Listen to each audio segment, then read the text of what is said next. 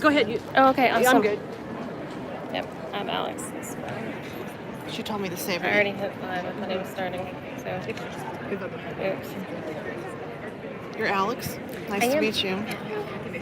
I'm no one. She just uses my house to drop things off and uses me as slave labor to help her.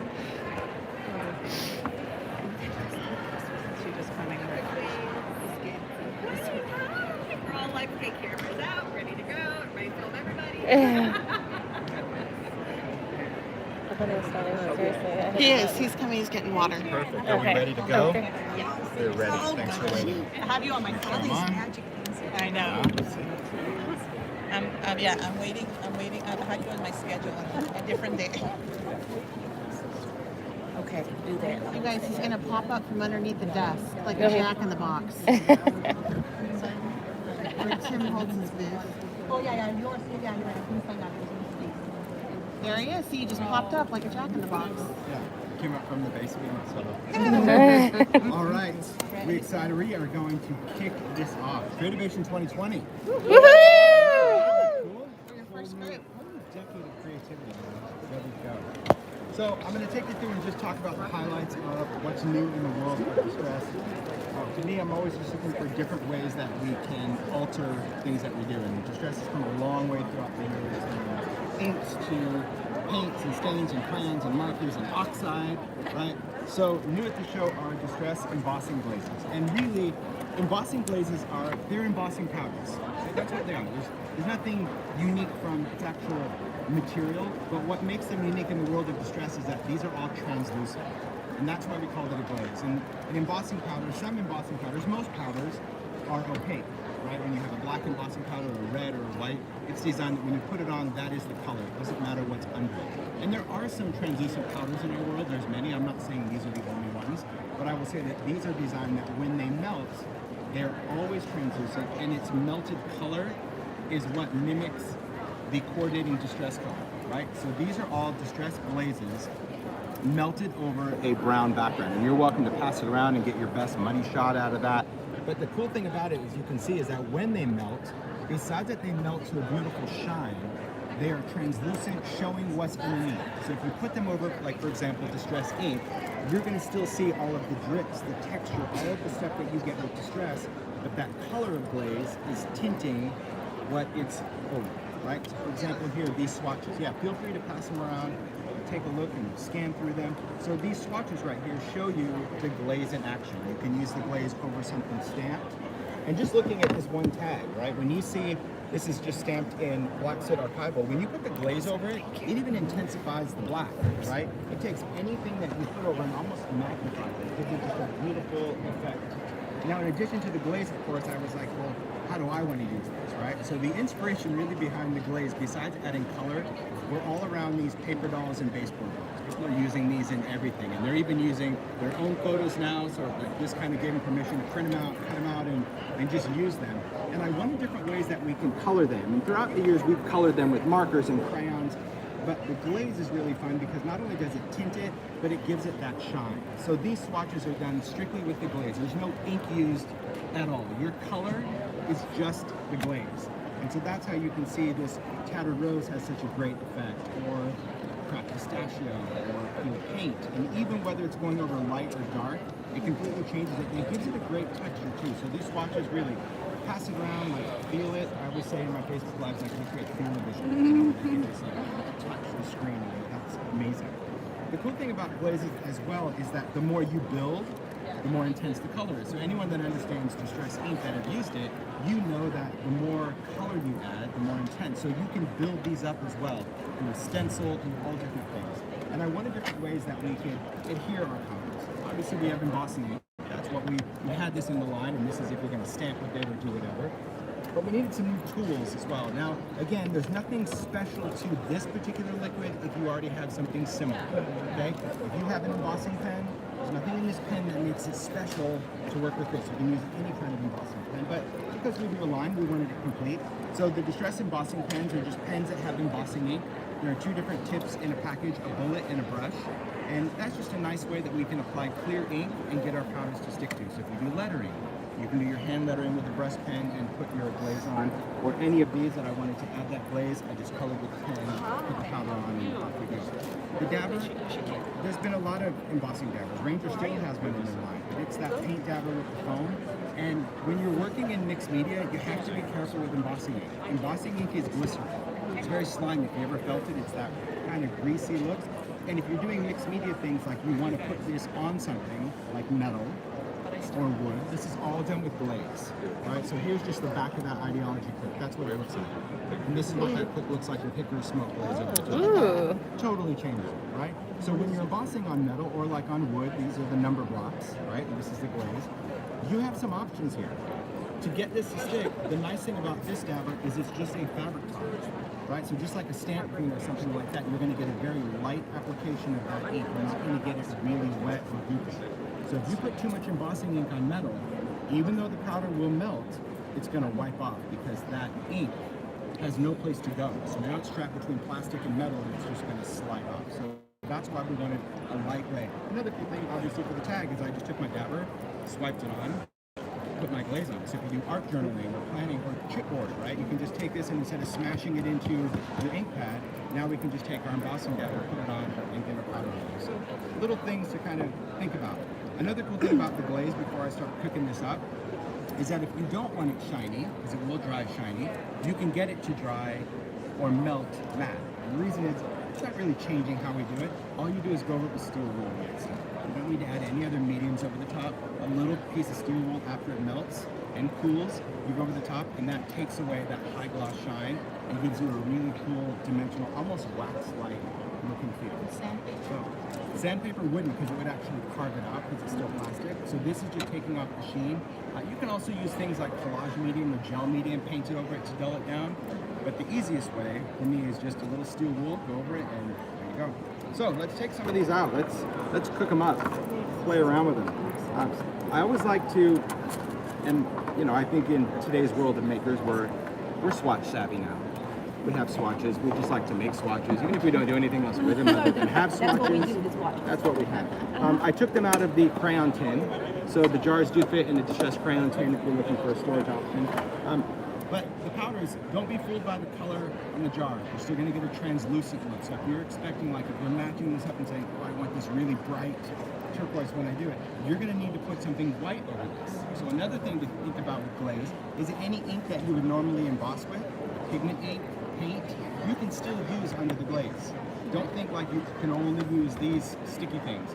Even distressed people, right? You can emboss with distress ink. So we can still stamp with a color, emboss with a different color glaze, and get a whole different kind of thing going on. This one right here, this is showing texture paste, which is a white paste. It's now part of the distress line, but any embossing paste, because it is white, these glazes were sprinkled over the top of it and then embossed, and you can see that that's what's going to give you a truer color, because now we have a white foundation. We're not seeing through it, we're just getting that white to reflect it. So it's really nice that we can take these colors, and I just went in and sprinkled them just to show you that because they are translucent, all of them, and because they are plastic, so when they melt, they become liquid, that if you went in and you just started sprinkling them on, so I put my paste on, and while my paste was wet, I sprinkled on my glazes.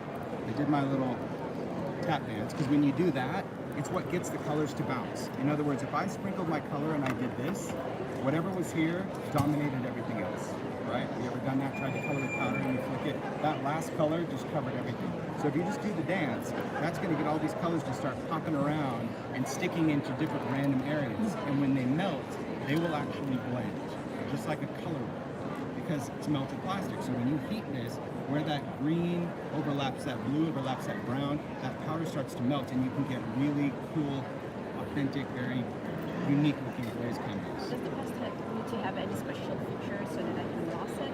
Can we use any embossing paste? I think you can use any. I mean, I've only used Ranger, so but I would suggest trying with what we have. Yeah, the thing about paste that you have to be careful with, some paste gets really puffy, like marshmallow, you know, so if that's happening, you may want to let it dry first, meaning put the paste on, put your glaze on, and then let it dry. So the powder's now stuck to the paste, but if you let the paste dry before you heat emboss it, you probably won't get that marshmallow explosion. But you did this, you dried it right away after. Yeah, because I know that you really should feel it. You're going to see that it's got a real nuggety texture because the texture paste can handle heat drop. Well, you know, Like- I'm super impatient. Yeah. Yeah, and if I forget,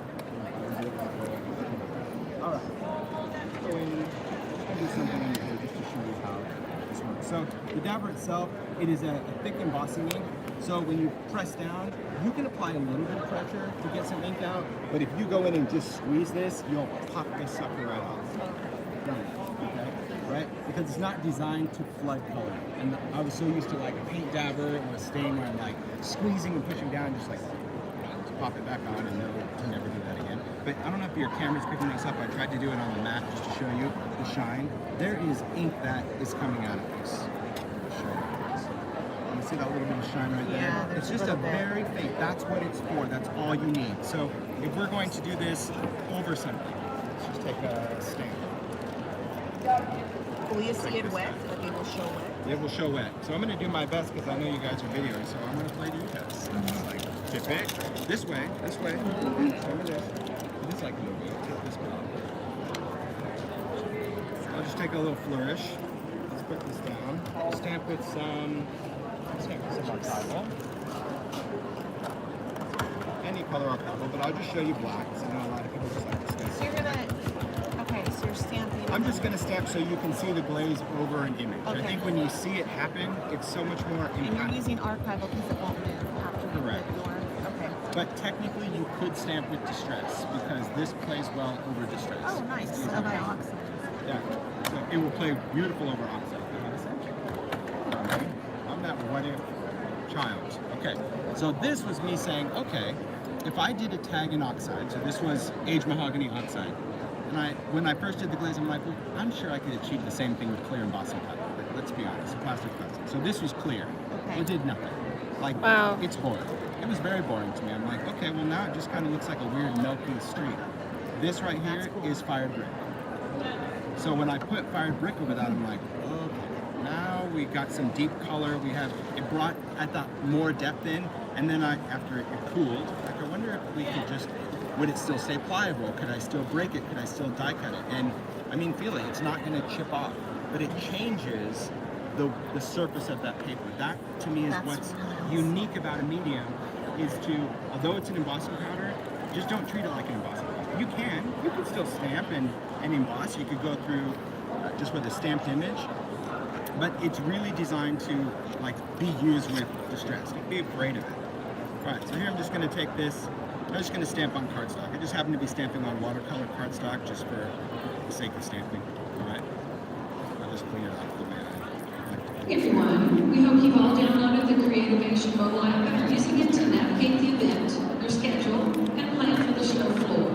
We recommend regularly pressing the refresh button on your Creativation app, located in the top right-hand corner on the screen, to ensure you're seeing the most updated information. If you have any questions, please visit the show office. Have fun out there. So I just wanted my archival to dry. It doesn't really matter. Archival's a pretty fast drying ink, but I'm a chronic heat tool user because I'm that guy that like will forget that step, so it just becomes very automatic. So I'm just going to take the dabber and I'm just going to start swiping over this and just try to get you to see. Can you see that little shine right there? Can you see just that little bit of Yeah. shimmer? It's not a lot. That's the whole idea. It's not supposed to be. So we can dab this out. I can go around the edge and I'm just going to swipe over this. Just in part of the area. I didn't dry it completely, and that's okay. All right. So now we'll take color of glaze. Let's do a little bit of apple stash. Okay. And I'm just going to pour this on. Now again, if you want to mix, you can mix. If you want to thin your color, like I've even played with taking glaze and also mixing it with just clear embossing powder to get like a more translucent, right? So if you think, oh, that color is a little too green and I want it to be softer, that's okay, mix your powders ahead of time. Now take a little cup, do one part clear to one part this, and you'll get even a more translucent color. And I say that meaning it's not gonna lighten the color, but because you're gonna have less of those granules, it just gets a little speckly. It's pretty neat. So you can definitely play around with your You did different that colors. very neat. I would have had it everywhere. Cardstock, have a tray. cardstock is your friend. know, Because but I it would creates a have a nice tray. little funnel, and then for someone tray else's with carpet, edges. it's also. That's the best carpet. Yeah. This is how we do it. All right, so you can see here that I just have glaze over there, and that glaze is very dulling, right? Dulls that stamped image. So we're going to emboss it.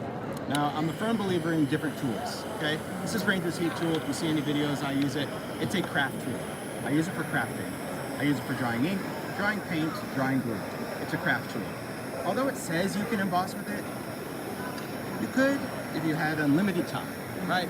If you had 20 minutes to emboss this, I guess you would. An embossing gun, these are both the same temperature, but this focuses heat. Any embossing gun focuses that temperature in one area, and that's what melts the powder quicker. So that's why I use an embossing gun, any embossing gun. Always heat it up. You'll know if it's hot by just sticking your hand in front of it. And then another trick to embossing is hold your paper up, okay? If you have sensitive fingers, use a clothespin, right? Something to grab onto it. But by holding this up, this is going to allow the heat to pass through the paper, and it embosses almost instantly. And that's what it should do. You can see how that color just changed right away. Right? See that dark black and that color? So anytime you're embossing even a card, if you can just hold it off of the table, it allows your heat to go through your paper. And not only will it emboss in half the time, but it's going to keep your paper flat. Have you ever done embossing on a card and you do this and your paper curls up? Heat rises. So you're putting heat through the paper, it's looking for a way to get out, and that's what makes your card look like a potato chip. See that heat that went through it? See it disappear? Yeah. Heat goes through it. Come on, not one. All right. So this, let me get this over here.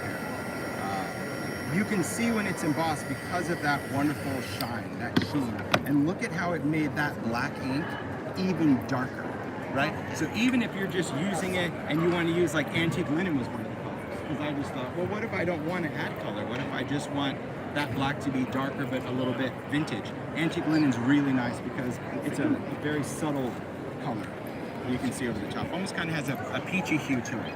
But it's really, really nice to add that cool effect over the top of it. So that is like the premise of the glaze. Now, the doll, using the pen. This is fun. People just like, I don't know, just like coloring these. They're hilarious. People name them. They have like their entire family devoted to them. So there's nothing wrong with that. All right, let's use her. Let me get her. So I prefer a brush when I'm doing them, just because I feel like my lines are a little bit more organic and not so perfect, but whatever you want to do. Now, when you're coloring this, because it's clear ink, and I'll show you, these pens are super juicy. You can see the juiceness in there. Can you see the shine? Is that working for you? Getting it? Yeah? Okay. Is that working for you? Yeah. It's very, very wet. So because it's a clear ink and you're like, how do I know if I have it? Just tip it to the light until you see that shine. If you get ink where you don't want it, wipe it off before you apply the powder. It's easier than trying to wipe the powder and the ink off at the same time, okay? So I just suggest looking at it and saying, okay, I want to change this. So I'll leave her hand free, I'll just go right down. We're just gonna color this on. Perfect. All right. And same thing, just gonna take a glaze. I think we'll do some vintage photo.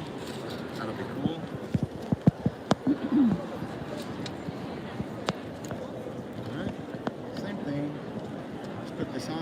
And if you're doing the dolls, of course, you could sit there and say, okay, I'm going to do this color, a different color, and you can put your colors on it. So if you're going to do different colors, I would put my pen down, do my powder, heat it, and then I would go in and do another color. Okay, I don't really like to do powder on powder because static is static, right? So even if you went in with a pen and you put green, the static charge is going to get it everywhere. So if you want to use multiple colors, go through the full steps of putting your lid down, your glaze down, and then we're going to heat it. All right. That's another good one. How about the dismount? Same thing. I try to hold it just so you guys can see that. So even on something like chipboard, it just melts very, very quickly. It is a fine powder. I wouldn't say that it's ultra fine, but it's certainly not a thick powder. And always emboss away from your finger. It will burn. Yeah, it will burn. Look at that. It's so stinking fast. They've got that great tinted, shiny, and you could still go in at this point and go in with your markers, your crayons, whatever it is that you want to do to that. All right. So another thing we can do, let's talk about this one. This will be cool. So I have a tag, I have a background, I've done with distress, you know, whatever elements you want. It doesn't have to be with distress, it could be whatever. This happens to be done with some mica. Do this one, kind of like that. And you say, oh, you know what, I want to add a little element to it. So paper doesn't have a memory. So if you're one of those embossers and your paper does something, just undo it. Okay, it's not going to remember that it needed to be like that. But maybe I want to go in, I think I'm going to add some blue. So we'll do some broken china on this one. So here I will take my sprayer.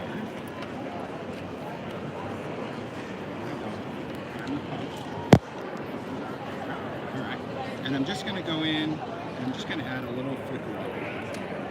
I'm going to add kind of a drip right there. Next I'm going to take some of the glaze. Because I like to work with water with my distress, you can emboss with water. Okay? So what's nice about that is obviously we get way more control than we would with ink. And plus I don't know how to get embossing ink to act like that. I can't imagine embossing ink acting so light and faint. So this is really a great way that we can add some glaze to something that we want to distress, right? So whether you're spraying water, even if you went in with a water brush, you kind of went around the edge, you can emboss with that. Because the powder is thin enough, you don't have those big chunks that go flying off. Now I will say that embossing water takes a little bit longer because we need the water to actually evaporate, right? But it doesn't take much longer. And you can see like in those areas, see this one drip I'm focusing on? Watch it. So there it goes, there it goes, there it goes. That'd be fun for a resistant So, too. it just takes a little bit longer. Yeah, it's very, very cool. So this could be a top glaze, this could be a resist. In the ideology booth, you'll see the stuff is used in many, many different ways.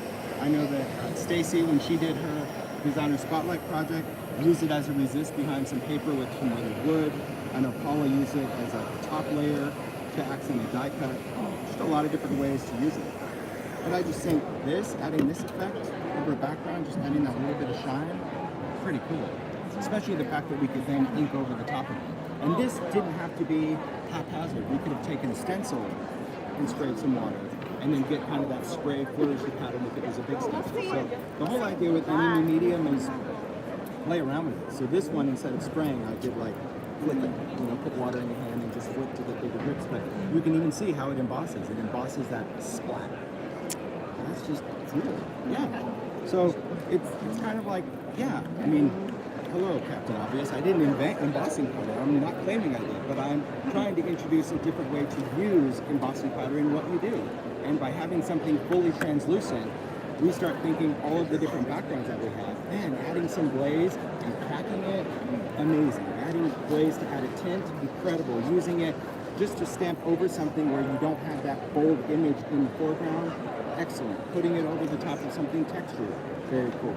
That's really why it was more of a glaze, because I wanted you to always think of it as like this top layer. Like what could I do like a glazed donut? Glazed donut's on this side, on the top of it. So think of these glazes and what can I do to accent or alter what I've already done. So everything that you have, from stickers to chipboard to metal embellishments, you know, it changes everything. And when you start playing around with different color combos, that's going to also allow you to either use it as its own, right? Use it as its coloring.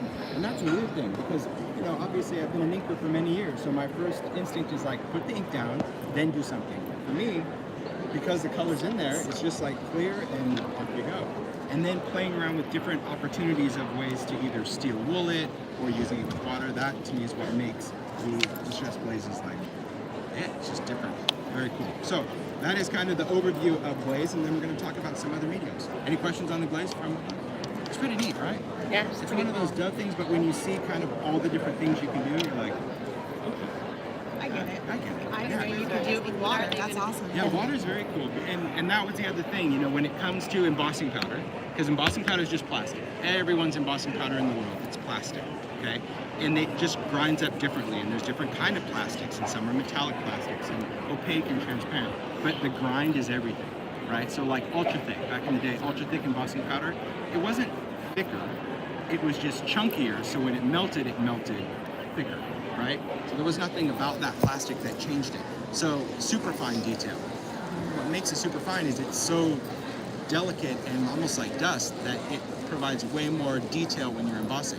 So this one was kind of in between because I do love working with water. You know that. I'm like a flicker, a spritzer, a sprayer, and I thought, well, I want that with the glaze. I want my glaze to be, and you still use it with resist spray or anything like that, but water is everything, man. It's cool. Okay, so some other things that we have in the distress line, we have some new mediums, and we also have a new cardstock. So the cardstock I'll talk about because I think as card makers or mixed media artists, whether we want to work with die cuts or stamps, I think we're all paper junkies. It doesn't have to be pattern paper. We're just looking for the next great texture. And so I did a paper called Cracked Leather Cardstock, and this is available pre-cut, 4 1/4, 5 1/2, or 8 1/2 by 11.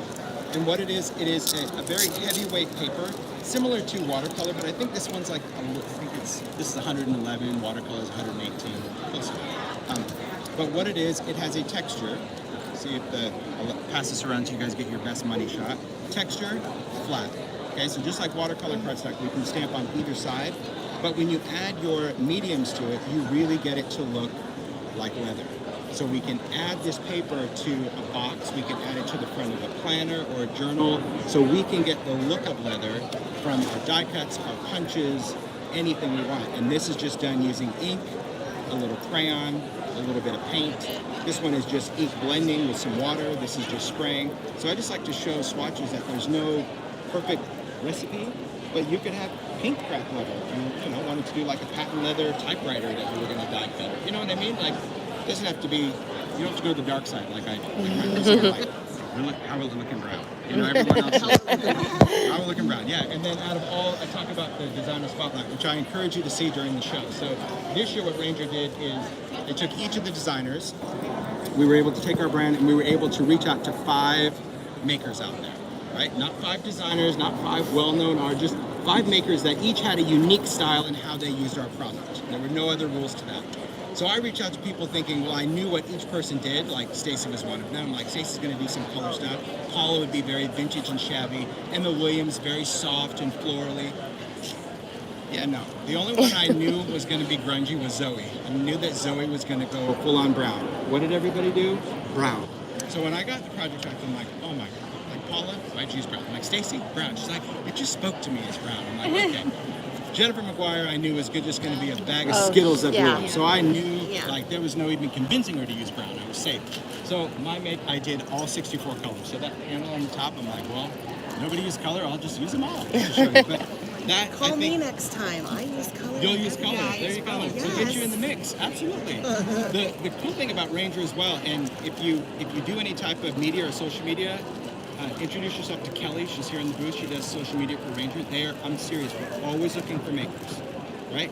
Don't have a design team. Don't have anything like that. But if you're just a maker that genuinely likes the product and likes to share it, that's who we want. Well, you sent me my spot box. Yeah. And didn't it change your life? It did change my life.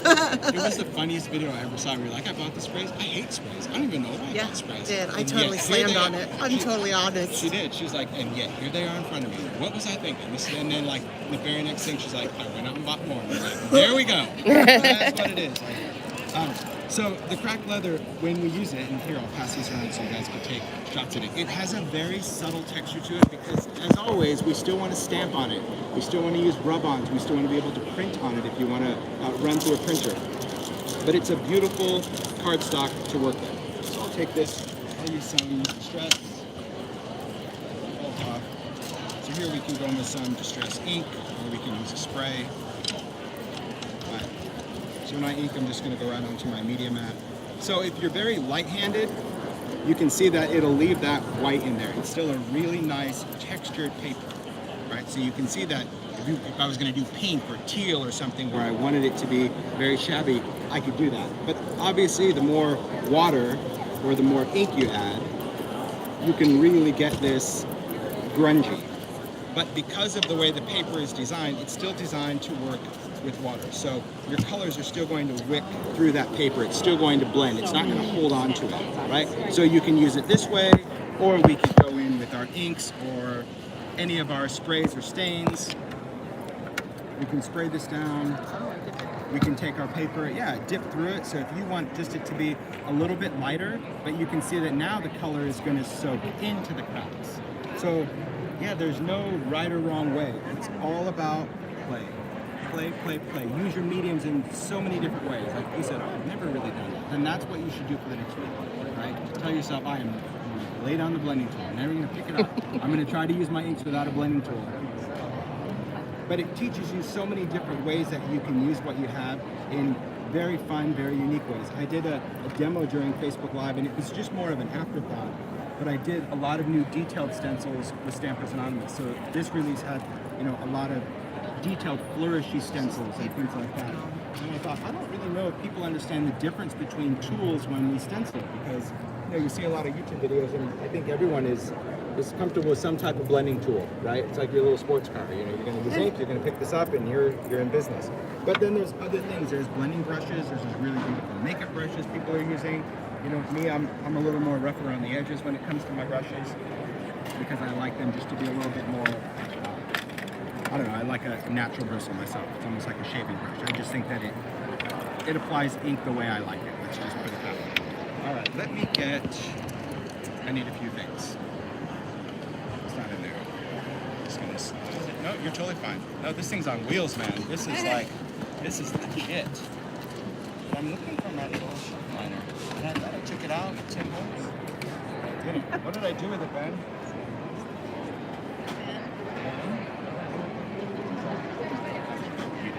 Y'all see a piece of shelf liner? No? No, it's a little square and a happiness. Ready to go, You Bex? had it out. Ready to go, Bex? Did I get it out? I didn't think you had it out. You don't think I did? Oh, okay. I could be wrong. Then I'll go take it.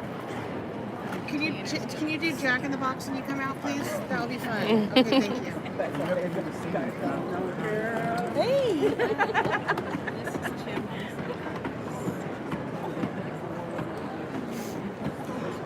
So nice of her. But I had to save her a spot. But that's okay. I like her. It's actually very small square. I like you too. Yeah. All right. I'll make it work. That's gonna sound good. Make it cheaper.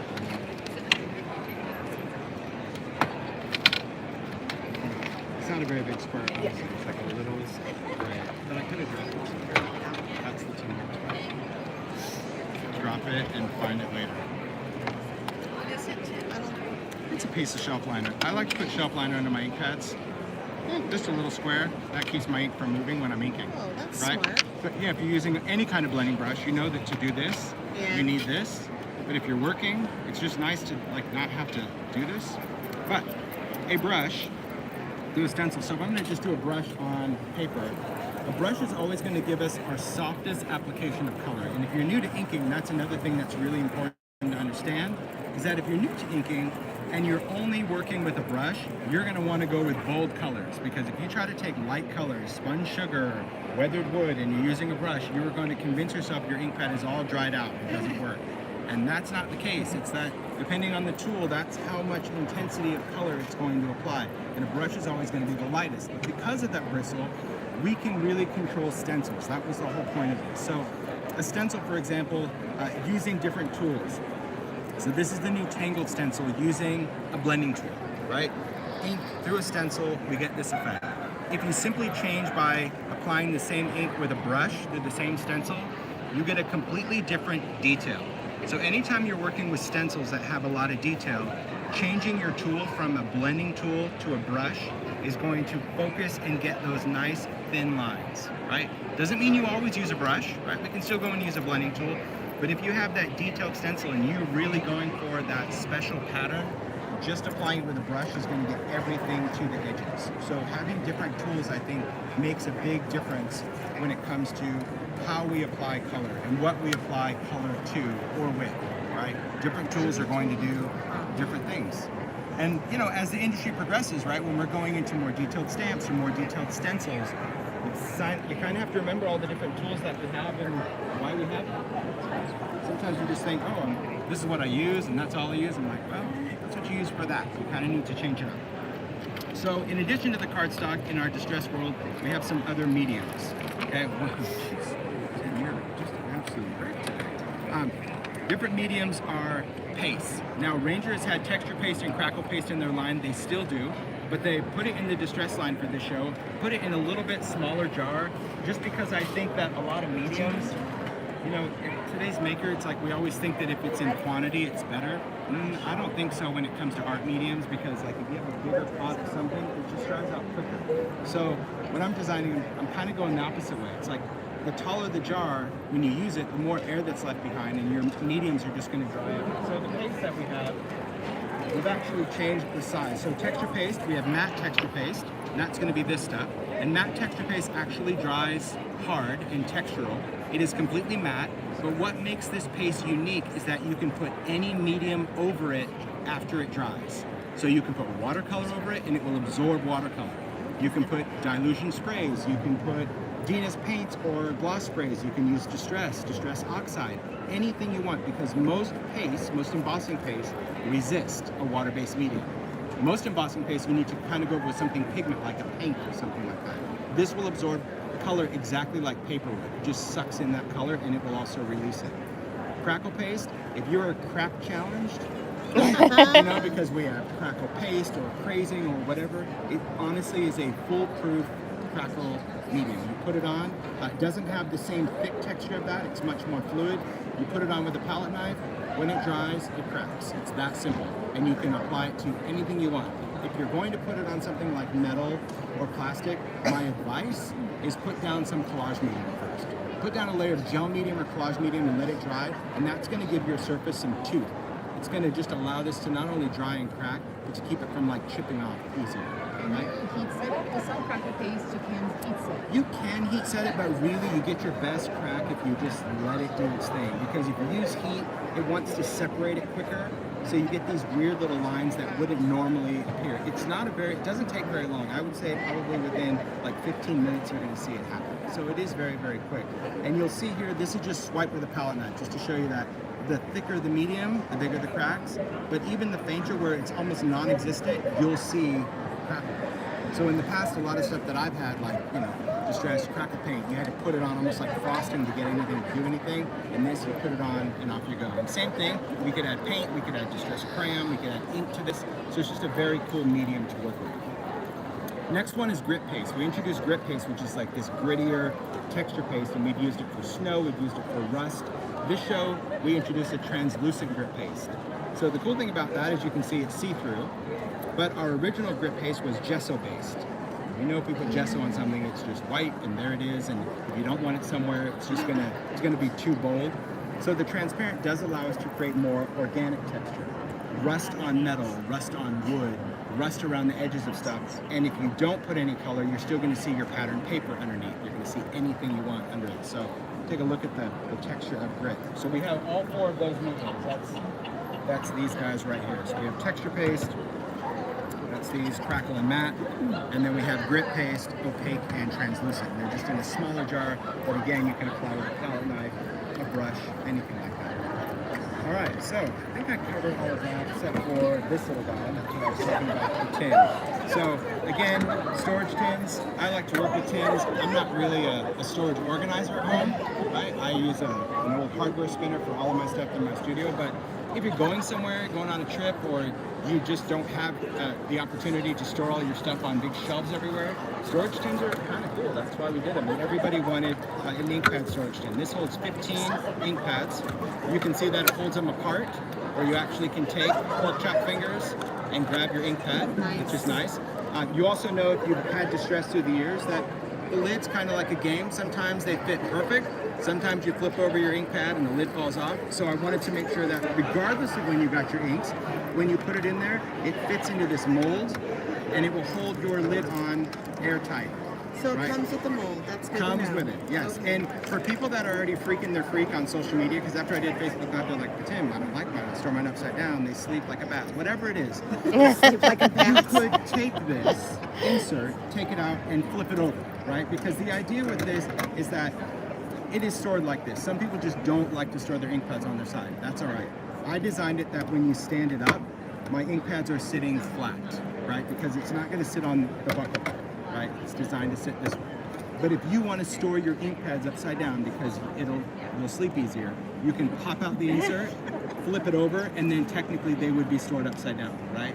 Or same thing, maybe you just want to work that way. Like this was designed that I can look at my labels when I open the tin. But if you've labeled them a different way and you want them, you can remove the insert. But you'll see that it just fits regulation size ink pads and oxides, 15 inks, and it's also stackable. So this one has a lip here and a recess here, so you can actually stack all your tins and they lock together.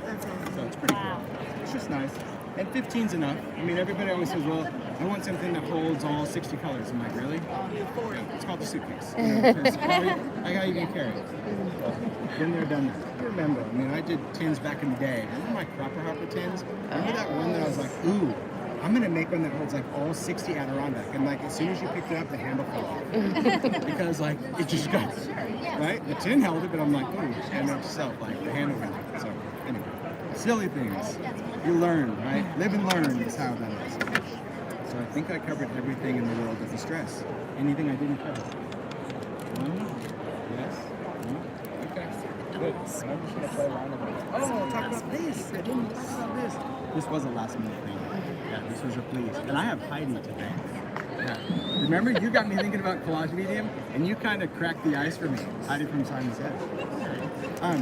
Yeah. Credit's because- all yours. Well, listen, I've wanted collage medium in all different things, and if you've ever used glossy accents, the tip of that glossy accent bottle is really nice, and I always wanted collage medium smaller and bigger, and Ranger's like, no, it's going to be in the jar, and that little squatty bottle is all you're going to get.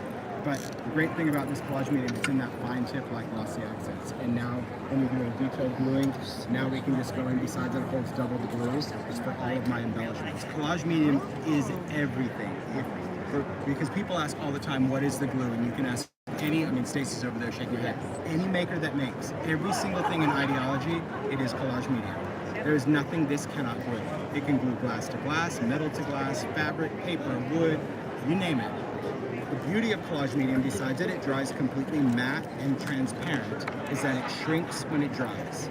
So when you go to glue a glass bottle down and you get glue ooze, when this dries, it will literally shrink behind that and dry. All right? So you will not get glue ooze through a button. You will not do any of that. It also has a drying time of now. So if you're going to use it to actually collage, right? I'll just show you just like some little dots of glue that I can get from this bottle. Really cool. And I can get just tiny little dots from putting it on embellishments. But if you're going to use it like for ephemera and you're going to use it out of a jar or a brush, right? I'll use collage medium just out of this and I'll brush it on. If you put paper down, drying time of now, it's going to bond, right? But same thing really applies for embellishments, right? Although the medium itself doesn't dry instantly, the bond is instant. So when you put a metal embellishment on something, you can move it like quickly to position it, and then you need to leave it alone, because if you keep moving it, you're actually breaking that bond. So once it dries, your embellishment would fall. So this is about like taking a bottle, think of like a gingerbread house. You ever made one with frosting? You stick in the peppermint, like there it is. You keep doing that, it's just gonna fall off when it dries. It's the same thing with collage medium. Put something on and leave it there. So yeah, that's it. I don't think I forgot anything else after that. Awesome. All right. Any questions, or now I can just play? You can play. Sweet. 2 minutes of playtime now. That's good. Oh, sure. But this one? I'm just gonna play around with These? stuff. Oh, so Did you try the embossing distress with the collage medium? Let us. tattered rooms. That's what we do. Like any pieces? Sure. It will work. I mean, I know because it's a glue, but I want to see if I can get a cool brush stroke. Right? Why not? That's the beauty. You have a color in mind? I do. Tattered rose. Pistachio. Pistachio? I always love pistachio. We'll do both. How about Combo, that? combo. Bossing, yeah. Am I bossing you? No, I like that. So here I'm just going to take just some collage medium, and I'm just going to use it because if we're going in with some glue, like why not just see how that's just going to work? Because I'm curious how this glaze is going to go through, say, a brush stroke.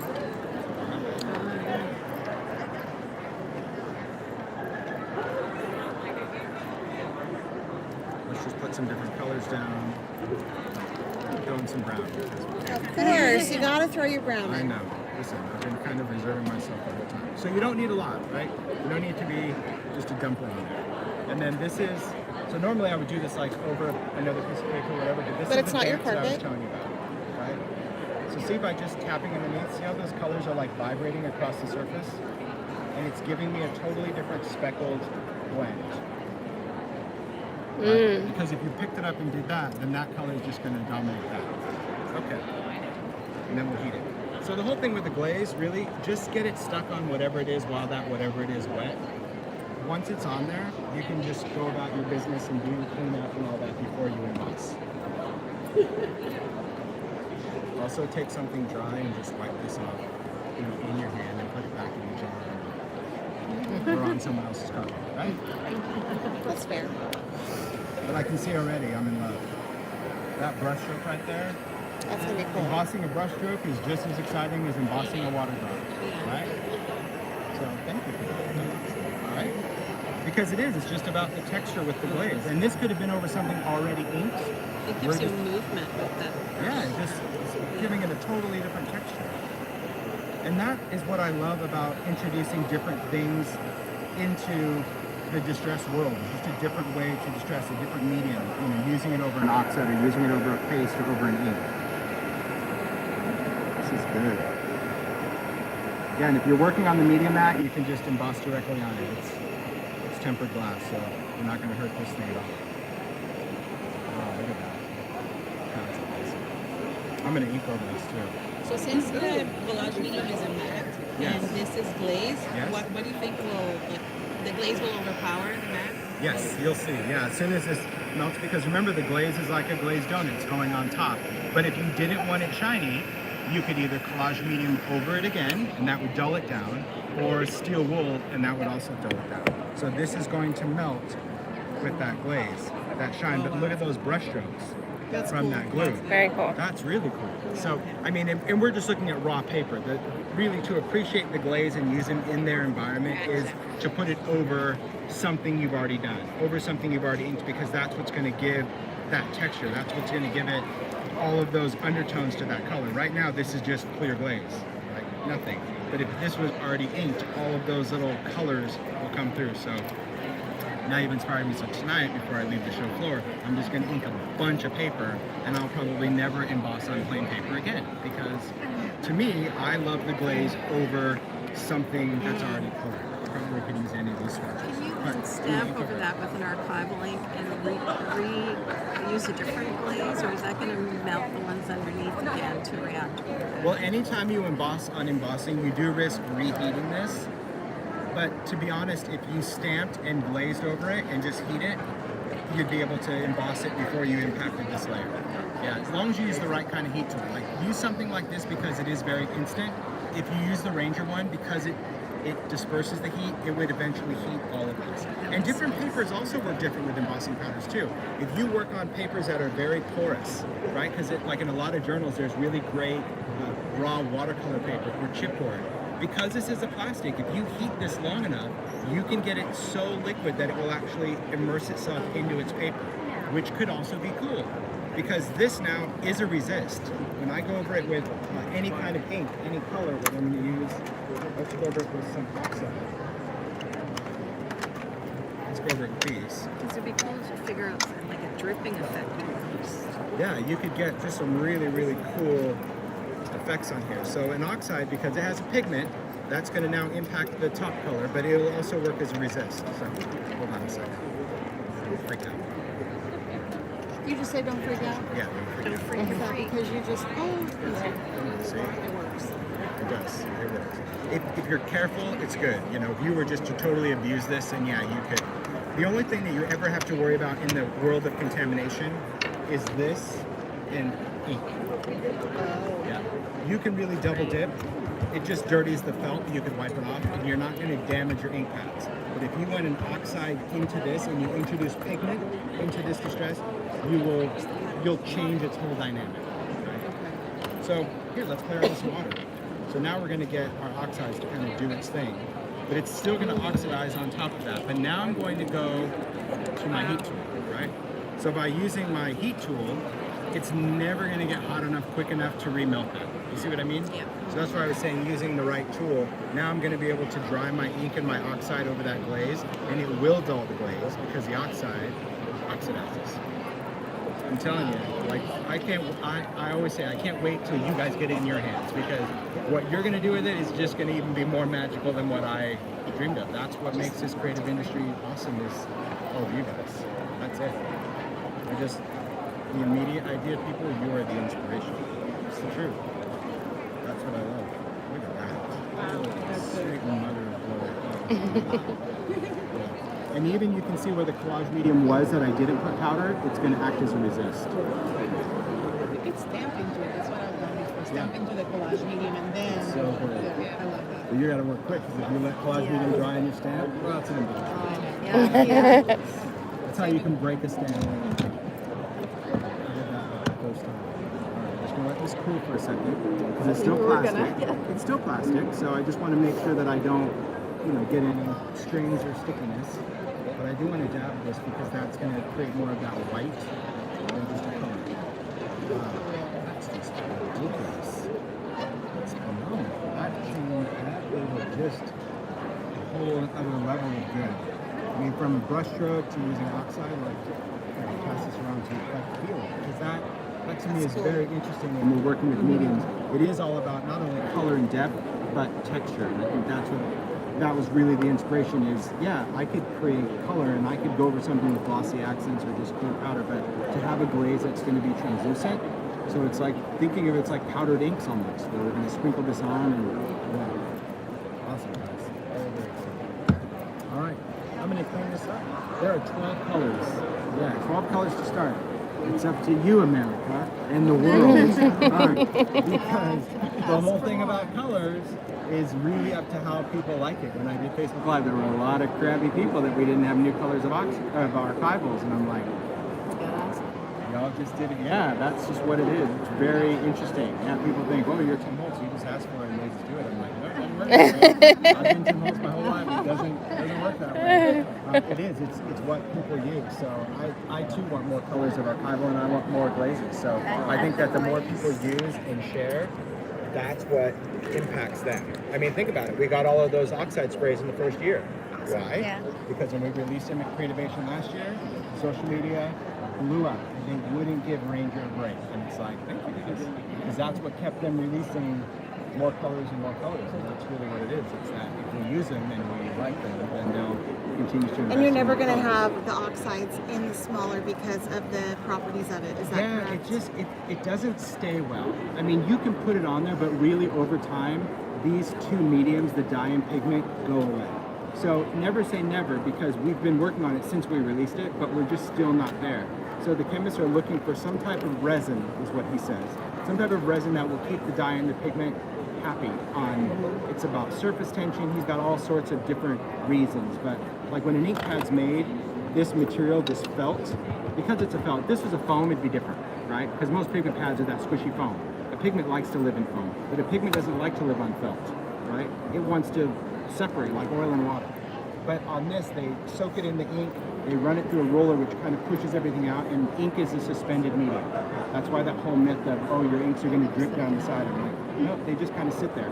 But on this, because there's not enough surface, that's where the dye and pigment just starts to separate. Not necessarily to the edge, but it just doesn't work. It doesn't play well over time. If we were makers that were actual consumers, we're not. We're collectors, and I get that. I'm one of you. I totally get it. We want to do every color first and then decide if we want to use it. Well, not you. You're like, I'm going to buy this and hate this, and then I'll buy more colors of it, and that's totally all right.